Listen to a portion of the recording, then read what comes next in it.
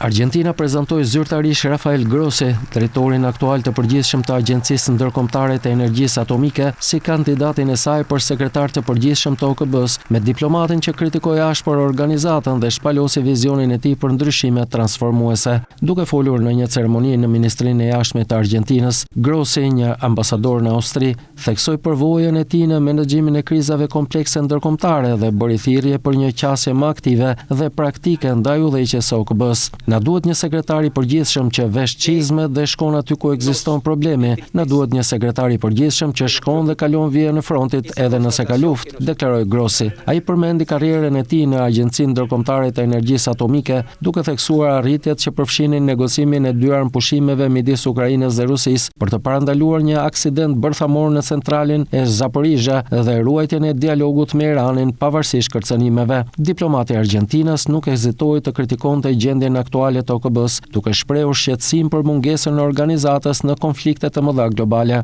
Procesi përzgjedhjes për një pasardhës të Antonio Guterres, mandati i të cilit përfundon më 31 dhjetor 2026, filloi në muajin nëntor të këtij viti. Sekretari i përgjithshëm i ardhshëm do të marrë detyrën më 1 janar 2027.